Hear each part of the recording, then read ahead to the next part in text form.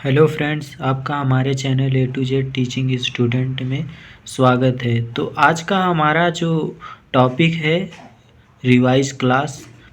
तो इसमें हम जिन टेंस के बारे में पढ़ा है उसको रिवाइज करना चाहेंगे, ठीक, ताकि जो अभी ना क्लियर हुआ हो उसको क्लियर हो जाए।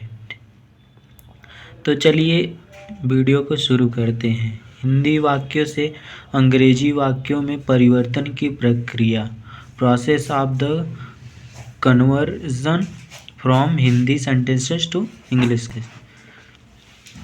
ठीक, तो इसमें दो टिप्स हैं, जो बिंदु जो दो हैं। वाक्यों में अंतर क्या है और सूत्र उसका क्या है, ठीक, उसके बारे में बात करेंगे। तो पहला है वाक्यों में अंतर, डिफरेंस इन सेंटेंस। तो चलिए जानते हैं कि वाक्यों में अंतर क्या होता है। हिंदी वाक्य जैसे है, राम खाना खा रहा है। तो ये राम क्या है, इसमें कर्ता हो गया, और खाना क्या हो गया, उसका कर्म हो गया। और क्रिया क्या है, खा रहा है। ठीक, तो हिंदी वाक्यों में प्रायः कर्ता प्लस कर्म प्लस क्रिया आता है, जबकि अंग्रेजी वाक्यों में कर्ता प्लस क्रिया प्लस कर्म आता है। कहने का मतलब हिंदी वाक्य जो है उसमें पहले कर्ता आएगा, फिर उसके बाद उसका कर्म आ जाएगा, फिर क्रिया आएगी। लेकिन अंग्रेजी वाक्यों में ऐसा नहीं होता, पहले उसमें कर्ता आएगा, फिर उसके बाद उसकी क्रिया आएगी, फिर उसके बाद उसका कर्म आएगा। ठीक, तो इसका एग्जाम्पल देखते हैं इंग्लिश का। उदाहरण के लिए समझिए, राम इज़ ईटिंग फूड। अब यहाँ राम क्या है, सब्जेक्ट है, इज़ क्या है, उसका हेल्पिंग वर्ब है, और ईटिंग क्या है, उसका मेन वर्ब है जो क्रिया है, और फूड क्या है, उसका कर्म है। ठीक, अब देखिए हिंदी वाक्य और अंग्रेजी वाक्य में दोनों में अंतर आपको देख के पता चल जाएगा कि कौन कहाँ रहता है। कि इसमें हिंदी वाक्य में क्या है, कर्ता प्लस कर्म प्लस क्रिया, लेकिन अंग्रेजी वाक्य में क्या है, कर्ता प्लस क्रिया प्लस कर्म। कहने का मतलब ये है कि उसमें हिंदी वाक्य में कर्म बीच में आता है और क्रिया और जो अन्य हैं वो बाद में आते हैं। लेकिन अंग्रेजी वाक्यों में क्या है, कर्ता के बाद उसकी क्रिया आएगी, फिर कर्म आएगा, फिर अन्य आएगा। ठीक, तो कैसे जाने कि कौन कर्ता है, कौन कर्म है, कौन क्रिया है, हाउ टू नो। ठीक, तो कर्ता के को जानने के लिए हमें वाक्य में कौन या किसको का प्रश्न करना होता है, और क्रिया को जानने के लिए क्या का प्रश्न करना होता है, और कर्म को पता करने के लिए क्या या किसको, दोनों का प्रश्न करना पड़ता है। अब जैसे हमने अभी ऊपर वाक्य पढ़ा कि राम खाना खा रहा है। ठीक, तो कौन खा रहा है, राम। अब कि जैसे वह तुम्हें बुला रहा है, तो किसको बुला रहा है, तुम्हें।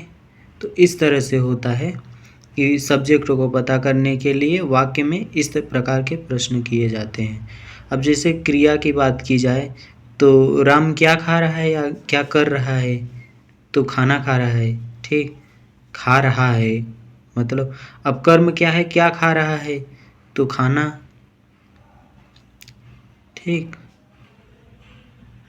कॉम्प्लीमेंट्स वर्ड्स, पूरक वाले वाक्य। पूरक वाले वाक्य को कैसे करें। ठीक, तो पूरक वाले वाक्य कौन कौन से हैं, सिंपल प्रेजेंट टेंस और simple past tense, simple future tense. Hindi वाक्य में कहा जाए तो साधारण वर्तमान काल, साधारण भूतकाल, साधारण भविष्य काल। ये सब वाक्य क्या हैं, इसमें कि हमारा मेन वर्ब नहीं आता। ठीक, इसमें हमारा कॉम्प्लीमेंट आता है कि वाक्य को जो पूरा कर देता है। ठीक, एक सुसंगठित क्रमबद्ध वाक्य बनाने के लिए हमारा एक कॉम्प्लीमेंट कार्य करता है। ठीक,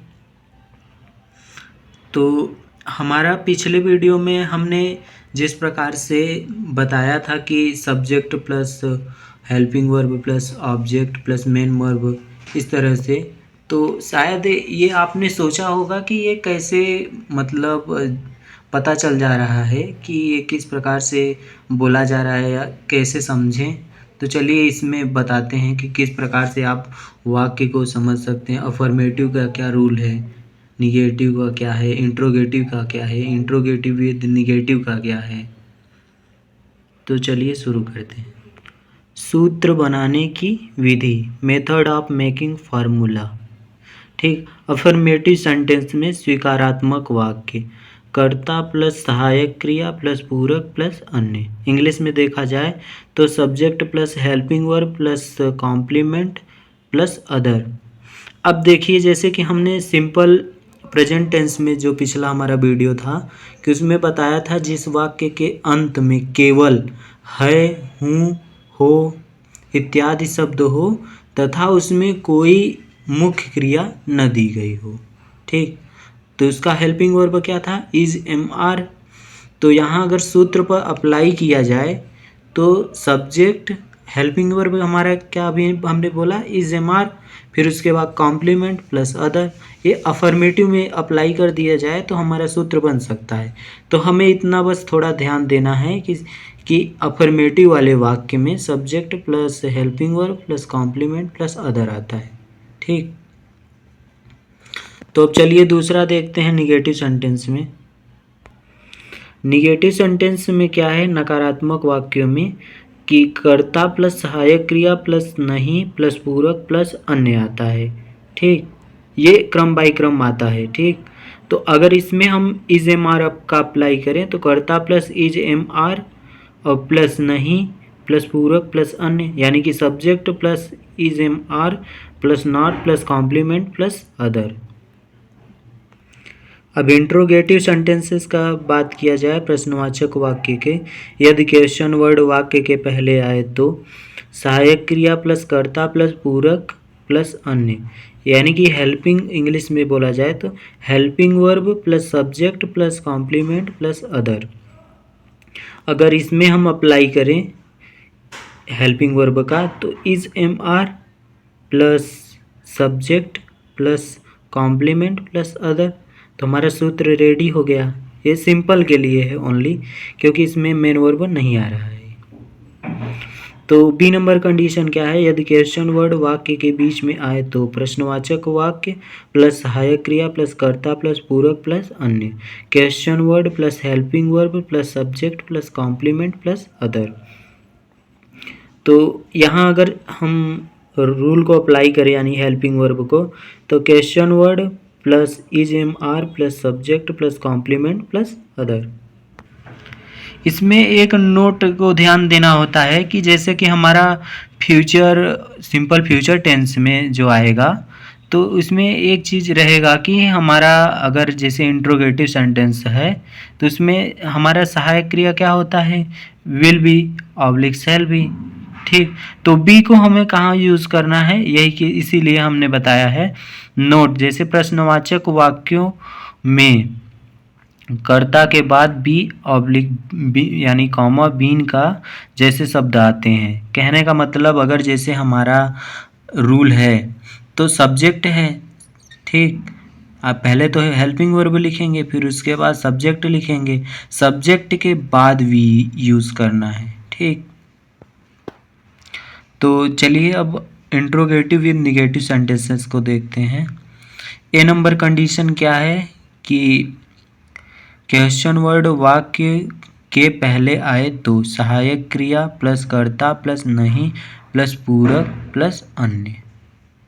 ठीक, तो इसके ऊपर वाले में हमने इंट्रोगेटिव के लिए ओनली बताया है ना, अब ये इंट्रोगेटिव विद निगेटिव है। तो इसका इंग्लिश में देखा जाए तो helping verb plus subject plus not plus complement plus other. ठीक, तो इसमें अगर रूल को अप्लाई कर दिया जाए तो क्या होगा कि is am are plus subject plus not plus complement plus other. ठीक, अब इसमें बी नंबर वाले में देखिए यदि कंडीशन हमारा क्या है कि यदि प्रश्नवाचक वाक्य के बीच में आए, ये तब का रूल है। प्रश्नवाचक वाक्य प्लस सहायक क्रिया प्लस कर्ता प्लस नहीं प्लस पूरक प्लस अन्य, इंग्लिश में इसका क्या है रूल कि question word plus helping verb plus subject plus not plus complement plus other. इसको बहुत रटना नहीं है, लेकिन इसको क्या है दिमाग में एक बार बैठा लेना है, समझ लेंगे तो आ जाएगा। ठीक, अगर इसमें रूल को अप्लाई कर दिया जाए तो क्या बनेगा, क्वेश्चन वर्ड हेल्पिंग वर्ब की जगह भी हमने बताया इज एम आर को अप्लाई करना है। ठीक, अगर सिंपल के लिए है तो सिंपल प्रेजेंट के मतलब सिंपल प्रेजेंट टेंस के लिए है तब कि इज एम आर। अगर सिंपल पास्ट टेंस का है तो हमें क्या करना है कि यहाँ पे मतलब वाज वर्ब का प्रयोग करना है। अगर सिंपल फ्यूचर टेंस का है तो विल बी शैल बी का यूज़ करना है।